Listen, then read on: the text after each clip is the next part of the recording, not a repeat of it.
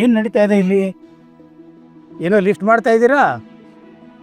ಶತ್ರು ಪಡೆಗೆ ತಲೆ ಉಡೋದಕ್ಕೆ ಪ್ಲ್ಯಾನ್ ಮಾಡ್ತಾ ಇದ್ದೇನೋ? ಯಾಕೆ ಮಾವ ಇದ್ರೆ ಬರ್ಲಿಲ್ವಾ? ಈ ಟೈಮಲ್ಲಿ ಪರೇಡ್ ಮಾಡ್ತಿದ್ದೀರಾ? ರುಕ್ಕು, ನನ್ನ ರಡಾರ್ಗೆ ಕೆಲವು ಇನ್ಫಾರ್ಮೇಷನ್ಸ್ ಬಂದಿದೆ, ಅದನ್ನ ನಿನಗೆ ಹೇಳ್ಬೇಕಾಗಿತ್ತಮ್ಮ. ಏನ್ ಮಾವ ಅದು? ಸೂರ್ಯಪ್ರಕಾಶನ್ ಟೀಮ್ ಇದಾರಲ್ಲ, ಅವ್ರು ಭಾಳ ದೊಡ್ಡ ಆರ್ಟಿಸ್ಟ್ಗಳಂತೆ. ಊರವ್ರ ಮುಂದೆ ತಾವು ಬಹಳ ದೊಡ್ಡವ್ರಂತ ತೋರಿಸ್ಕೊಳ್ಳೋದಕ್ಕೆ ದೊಡ್ಡ ನಾಟಕ ಆಡ್ತಾ ಇದ್ದಾರಂತೆ. ಕಲ್ಯಾಣಿನ ಬಲಿ ಕೊಟ್ಟು ಅವರು ಮೆಡಲ್ ತಗೋಬೇಕು ಅಂತಿದ್ದಾರೆ. ಮಾವ, ಸೂರ್ಯಪ್ರಕಾಶ್ ಸರ್ ಅವರು ನಮ್ಮನೆ ಸಂಬಂಧ ಬೆಳೆಸೋದ್ರಿಂದ ಅವ್ರಿಗೊಂದು ಸೆಪ್ರೇಟ್ ಆಗಿ ರೆಸ್ಪೆಕ್ಟ್ ಸಿಗುತ್ತೆ ಅಂತ ಏನಿಲ್ವಲ್ಲ. ಊರಲ್ಲಿ ಅವ್ರು ಆಲ್ರೆಡಿ ದೊಡ್ಡ ಜನ, ಅವ್ರಿಗೆ ಬೇಕಾದಷ್ಟು ಮರ್ಯಾದೆ ಇದೆ. 10 ಜನಕ್ಕೆ ಒಳ್ಳೇದು ಮಾಡ್ತಿದ್ದಾರೆ, ಯಾವತ್ತೂ ಎಲ್ಲೂ ಹೆಸರು ಕೆಡ್ಸ್ಕೊಂಡಿಲ್ಲ.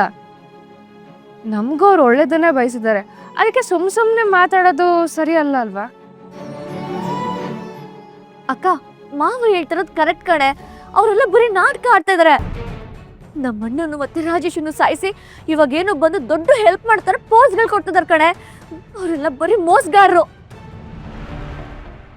ಅವರು ನಿನ್ನ ಆಟ ಆಡಿಸ್ತಾ ಇದಾರೆ, ನೀನು ಅವ್ರ ತಾಳಿ ಚೆನ್ನಾಗಿ ಕುಡಿತಾ ಇದೀಯಾ.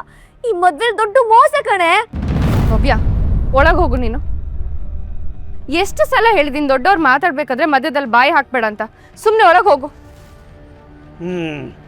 ಮನೆಯಲ್ಲಿ ಹವಾಮಾನ ತಾಪಮಾನ ಸರಿಯಾಗಿಲ್ಲ, ಆಮೇಲೆ ಬರ್ತೀನಿ. Left turn, quick March.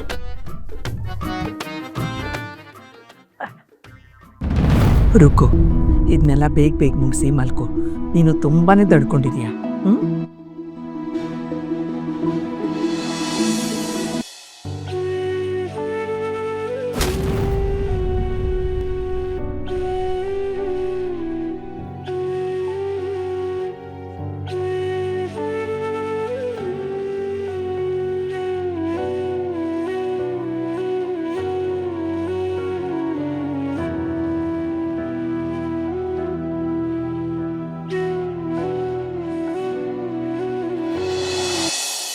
ಅಣ್ಣ, ನಾನು ಹಿಂಗೆ ಮೊದಲಿಂದನೂ ಹೇಳ್ತಾನೆ ಬಂದೆ, ನಮಗೂ ಅವ್ರಿಗೂ ಸಂಬಂಧ ಸರಿ ಬರೋದಿಲ್ಲ. ಈ ಮದುವೆ ನಿಶ್ಚಿತಾರ್ಥ ಇದೆಲ್ಲ ಯಾವುದು ಬೇಡ, ನಿಲ್ಲಿಸ್ಬಿಡು ಅಂತ.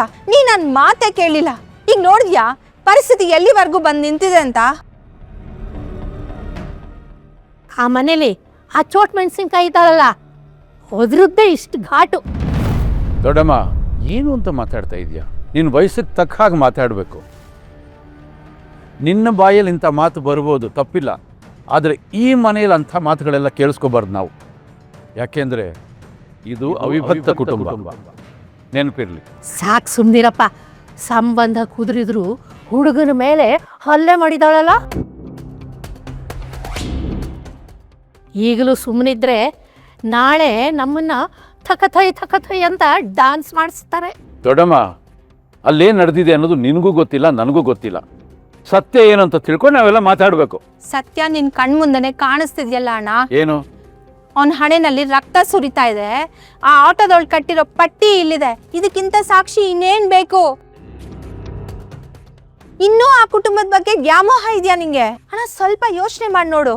ಒಂದು ಕಡೆ ಕೈ ಕುಲ್ಕಿ ತಿರುಗ್ ಬರೋ ಅಷ್ಟೊತ್ತಿಗೆ ಕತ್ತೆ ಹಿಸ್ಕೋ ಜನ ಅಣ್ಣ ಅವರು.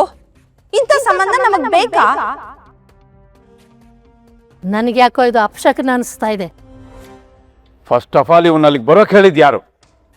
ಬರ್ಬೇಡ ಅಂತ ಹೇಳಿರ್ಲಿಲ್ಲ ನಾನು? ನನ್ನ ಮಾತಿಗೆ ಬೆಲೆ ಕೊಟ್ರಾ?